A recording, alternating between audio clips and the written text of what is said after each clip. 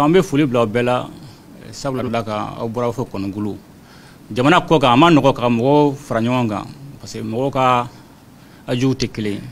mais n'i y'a ye aw bɛɛ nana bi jamana ko de don donc an nana président Poutine ka invitation na ɲinɛ san kelen tuma bɛɛ a b'an wele k'an ka na n'a tuma sera o de hukumu kɔnɔna komi an ye layidu ta ye an fana an ka layidu tɛmɛ a bɛɛ bɛ an ni Irisiw ka jɛɲɔgɔnya dɔn o tagama hukumu na ni gouvernement ministre caman nana institution bɛɛ bɛ yan CNT mɔgɔw bɛ yan opérateur économique bɛ yan c'est comme Mali bɛɛ de nana Irisi yan bi parce que i mana Mali secteur fɛn ta i b'a bɛɛ mɔgɔ dɔ sɔrɔ yan donc an nana an ka jɛɲɔgɔnya hukumu na ani Irisi bɛ jɛɲɔgɔnya la sira caman kan mais n bɛ fɛ ka foli fɔlɔfɔlɔ bila la ka foli bila la sabula da kan an b'o foli fana bɛ se maliyɛn bɛɛ ma a bɛ ka fɛn fɔ tan n'i y'a ye bi sera a bɛɛ bɛ dépend maliyɛnw ka muɲu na an'u ka sabali jamana maracogo a marali a ma nɔgɔ i bɛ bɔ ko dɔ kalama i tɛ se ka da kɛnɛ kan i bɛ baara kɛ n'o ye mɔgɔ bɛ ko caman fɔ u bɛ ko caman kɛ mais e b'o muɲu i b'o kun i bɛ baara kɛ n'o ye o gɛlɛya n'a fɔra dɔ ɲɛna o tɛ se ka sunɔgɔ bilen n'a fɔra dɔ ɲɛna o tɛna se ka dumuni kɛ bon n'i bɛ jamana ɲɛmɔgɔya la i b'o bɛɛ muɲu k'o bɛɛ kun ka baara kɛ n'o ye fo ka to mɔgɔ ka se ka faamuya don dɔ la ko bɛɛ n'a waati don ni ko min fɔ dɔ ma se o fana tɛ fɔ don donc o de ma fɔ tun bɛ maliyɛnw fo tuma bɛɛ parce que gɛlɛya caman bɛ yen an t'o da maliyɛnw tulo kan an bɛ baara kɛ n'o mais o bɛɛ hukumu kɔnɔ maliyɛnw muɲu ka sabali mun y'a to an ye bi sɔrɔ donc o foli o y'aw yɛrɛ de o foli aw yɛrɛ an kɔni b'a ɲɛfɛ mais a fanba ye jamanadenw yɛrɛ ni jamanadenw se ka ko caman faamuya ka ko caman muɲu a b'a to an bɛ fɛ u ka latigɛ fɛn fɛn baara kɛ ala b'o nɔgɔya an ma donc foli fɔlɔfɔlɔ o bɛ k'aw ye n'an bɔra kɔnɔ jamana taabolo la a bɛ fɛn caman kalama depuis transition daminɛ la jamanadenw ka laɲini de tun don ko Mali kura donc o Mali kura an de ka baara ye k'o da kɛnɛ kan ani maliyɛnw an kelen tɛ se ka baara kɛ donc o de hukumu kɔnɔna na kuma dira maliyɛnw ma assise la k'u ka o bɛ fɛ jamana ka ɲɛ cogo min na bɛɛ ka i ka fɛɛrɛ fɔ donc bɛɛ bɛnna mun kan o bɛnna laɲini 517 de ma recommandation n'a fɔra ko laɲiniw bɛɛ bila sen kan a ka ca Ala fɛ jamana bɛ bilasira ɲuman kan an ye degun fɛn fɛn ye gɛlɛya fɛn dɔ jamana kan Ala ka ca a ka ca Ala fɛ o gɛlɛyaw tɛ na donc o de baaraw bɛ ka bila sen na mun b'a to baaraw fana bɛ se ka bila sen kan an ye jɛkulu wɛrɛ bila sen kan n'a fɔ ma ko CNCR ANR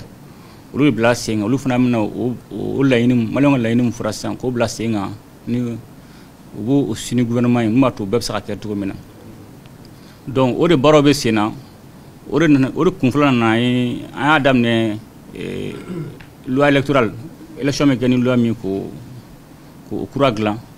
ka tila ka région kuraw an nana fo région 19 ɲɔgɔn na sisan région kuraw sigira jamana kɔnɔ o tɛmɛnen kɔ fana an nana constitution baara nana daminɛ an taara an ye mɔgɔ jɛkulu fɔlɔ bila sen kan minnu ye baara fɔlɔ kɛ jɛkulu filanan nana olu y'a kuncɛ maliyɛnw ka sɔrɔ ka taa kalafili la aw yɛrɛ ye kalafili kɛ Irisi la yan donc o Mali kura ko aw bɛɛ de don donc maliyɛn bɛɛ de don parce que ni vote fana sera n'aw ma vote o kɔrɔ aw fana ma aw jɔyɔrɔ fin jamana ko la donc a y'o vote aw nana o vote mun na ka bɔ ka duguw la ka n'o kɛ ambassade niveau la o fana y'a ka foliba ye o y'a jɔyɔrɔba ye Mali kura ko la donc a yɛrɛ y'a ye dɔgɔkun tɛmɛnen a ma mɛn an ye constitution kura an y'a promulguer o ye 4ème république ye donc an donn'o de kɔnɔ sisan o de fana baaraw bɛna daminɛ mais nin ye foli ka foli mun bila maliyɛn bɛɛ la ka foli fana bila aw la yan komi an y'a fɔ cogo min na a ma nɔgɔn n'i bɛ tunga fɛ gɛlɛya bɛɛ hali mɔgɔw ka se ka ɲɔgɔn ye tuma dɔ la a ma nɔgɔn bon n'a y'o bɛɛ dɔn ka na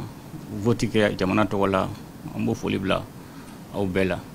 donc référendum refondation baara min bɛ sen na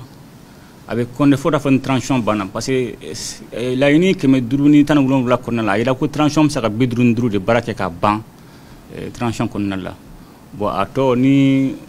fanga kura nana olu n'o baara tɔ se mun b'a to maliyɛnw ka laɲini bɛɛ bɛ se ka sabati cogo min na donc n'a y'a jate minɛ o fana kɔnɔna la an ye baara dɔw daminɛ mais a tɛ laban transition kɔnɔna fana o fana tɛ 55 kɔnɔna la donc an bɛ taa ten cogo la fo ka taa fɔ a ko kun cira cogo min na donc o ye jamana taabolo ye an filɛ yɔrɔ min na bi bi in na gɛlɛya bɛ fan bɛɛ bon an ka gɛlɛya fana dɔɔni fana b'an ta ka tɛmɛ tɔw ta kan sabula daga an tɛmɛna anbariko fɛ an bɛ kɛlɛ fana la don tigɛ b'a fɔ jamana mun tɛ kɛlɛ la jamana mun ma kɛlɛ don an tɛ se ka kɛ kelen cogo si la donc sabula da kan ni ala ye bi an dusu ka jɛɲɔgɔnya la a fanba fɔlɔ-fɔlɔ yɛrɛ ye sɔrɔsiya ye bon n'i y'o sɔrɔsiya ta bi bi in na généraux bi yan bi minnu yɛrɛ fana ka kalan kɛ yan sɔrɔsiw bi yan minnu ka kalan kɛ donc o y'a misali fɔlɔ-fɔlɔ ye k'a fɔ ani de se ka jɛ a ma daminɛ donc hukumu kɔnɔna la gɛlɛya nalen an ye ɲɛtaga sɔrɔ maliyɛnw ka laɲini mun ye ka lakana sabati ani minnu bɛ jɛɲɔgɔnya la bɛɛ n'i ka aju de don komi bɛɛ n'i ka intérêt de don ko ni dɔ ka bama sa dɔ ka nan tɛ ja donc o de hukumu na mɔgɔ tɛ kɔnɔ diya ɲɔgɔn ye ani minnu bɛ jɛɲɔgɔnya la u kɔnɔ diya ye o de y'a to nin dɔ tun ta ka bɔ baara la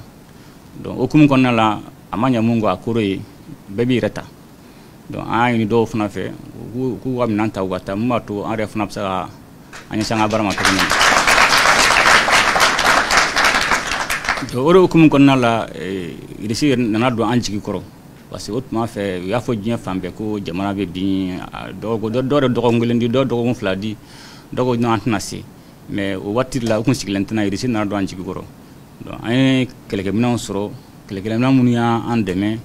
an ni irisiw jɛra baara la irisi bɛ mali la an bɛ ka baara kɛ donc fo ka na ni basigi dɔɔni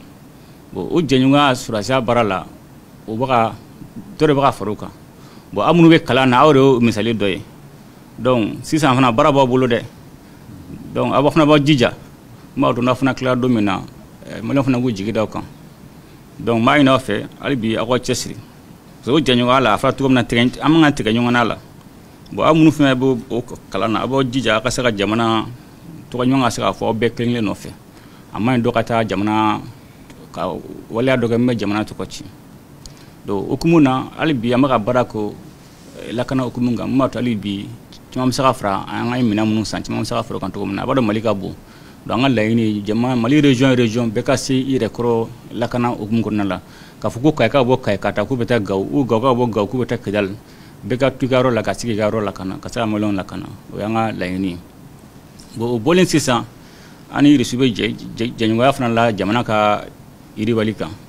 comme n'a fɔra ko sécurité i bɛna sécurité kɛ cogo o cogo ani développement talan ye ɲɔgɔn ye ni sécurité tɛ yen i bɛ se ka jamana yiriwa ni jamana fana yiriwara ale fana ni sécurité ta ɲɔgɔn na parce que ni ye jamana yiriwa sisan a bɛ fɛn caman bali a b'a to hali bɛ minɛn mun san sɔrɔsiw ye o minɛn bɛ se ka sɔrɔ i bɛ se ka sɔrɔsiw sara ani jugu kɛlɛli bɛɛ tɛ mugu ci ye n'i ye jamana yiriwa a b'a to denmisɛnnin minnu bɛ hali baara t'u bolo n'u bɛ u yɛrɛ ma olu bɛ baara sɔrɔ a bɛ kɛ sababu olu tɛ taa don mɔgɔ jugu cɛ la i bɛ caman mɔgɔ jugu cɛ la a dɔw ta tɛ k'a fɔ ko mɔgɔ jugu don u mɔgɔ kolon don hali ka dumuni kɛ o ɲuman tɛ sɔrɔ bolo donc dusu tiɲɛ na ani tugu tɛ yen caman bɛ taa don a fɛ an yɛrɛ caman minɛ kɛlɛkɛyɔrɔ la dɔw yɛrɛ b'olu bɛ sara 20,000 30,000 dɔw bɔra fo mali région janw la mɛ n tɛ région tɔgɔ fɔ mun y'a to parce que jigilatigɛ dɔw taara vente la u bloquera ɲɛfɛla la u seginna ka na u donna mɔgɔ nɔfɛ an y'a sugu bɛɛ ye donc o bɛɛ de b'a jira ni jamana ma yiriwa hali mɔgɔ ɲuman a bɛ kɛ mɔgɔ jugu ye donc o hukumu kɔnɔna an bɛ k'a lajɛ ani irisi fɛ sisan mun b'a to an bɛ se an ka jamana yiriwa n'a bɛ f'o ma ko développement donc a ye o baara daminɛ a mɛnna depuis Amadu binna Mali kan an ɲɛsin jamana fila de ma bon fɔlɔ n t'o tɔgɔ fɔ parce que an n'olu ma ɲɛ la mais filanan o irisi olu donna jigiyɔrɔ parce que an k'an jigira dɔw fɔlɔ kan an taara olu ye an na munumunu an y'a dɔn bon an dɔw ma ɲɛ la olu fana b'o kɔfɛ an jɛra olu kɔ an nana irisiw fɛ yan irisiw donna jigiyɔrɔ a ye ministre des affaires étrangères bɛ yan ministre des finances bɛ yan ministre de défense bɛ yan olu bɛɛ ye voyage baden kɛ irisi la yan o y'a sɔrɔ an bɛ Amadu kɔnɔ o y'a sɔrɔ a bilenninba dɔ don kala olu na voyage kɛ mun b'a to sumanko nɔgɔ ko n'a fɔ ma engrais ani terrain ko o bɛɛ baara daminɛ depuis o tuma o y'a to ko caman kɛ mɔgɔ tun b'a kalan fo n'a ko sigira tuma ka tuma depuis Amadu kɔnɔ an bɛ nin bɛɛ baara bɛɛ la olu n'a voyage caman kɛ ni irisiw ye yan pour irisiw bɛ se ka bɛn kuma na cogo min na to de kuma na an se ka kɔn fɛnw ma comme a fɔ cogo ka fɛnw anticiper mun b'a to a kana curu an da la donc kɔnɔna la an se ka fɛn caman sigi sen kan hali bi o baaraw bɛ sen na terrain ko b'o la sɛnɛko b'o la commerce ko b'o la ni ay al bien opérateur économique be lu fana bebo okumun konnalla donc fombe franyo ngam fam kuma nyongo mini donc rafo bibina ambe développement baralla kafra ani disiga genyuga ka lakana okumun konnalla donc oyi ka afana ka a résumé ka afana matu ambe munambi c'est vrai ani anna invitation na somila mais barachama ba kono wato ministre badem bien opérateur économique bien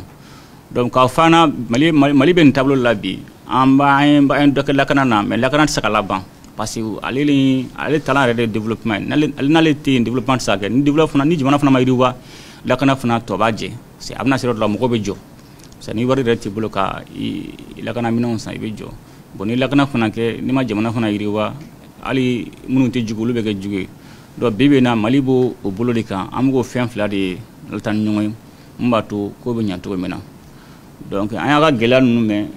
amase ka alaje ni mum sa kayna bu me gela be robe itra Morocco étudiant fana wurfana ko gela fana donc gela be fambe ne de sangilenge kala na rodla ne de kunga bursuge waduru de waso ne de kun furla ka waduru waduru wadru la fana kalo kalang be wa fla de sara promotion kesi sangile ngono do ibitu atop de wasaba ibi ka fembe kanui mi fara fana se wa o krota ka fako anu ana makane mi fara fo ibna ta roro ibi gela do soro do gela fana ibi jijade ki munyu fona ala na ne sababu do na sababu mato abela ma akada bi ka malen be ga ntara ma fana to mina quoi ka malen be amina ko dafa fo fa ka jare quoi comme ça jama ko malen ka disisa o da ngane mais amano ko ame kelela fenchement be fanga fe nga don ko benat mado général flet mano lu be do armelat mamuna wa saga lu kunte fenchement soro mais 600 mo ko be mun soro 600 ko suma o sengere comme au flet ko mo abe ta malat mamuna so ko tima ele mano mais on fana demet mamna on fana tak ma tiare do don do mais beni gerse do janante gela wato bebi jija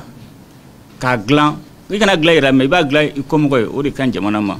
donc afaga layini ministre des affaires étrangères bien voilà je ni mum saka na bo ministre des finances bien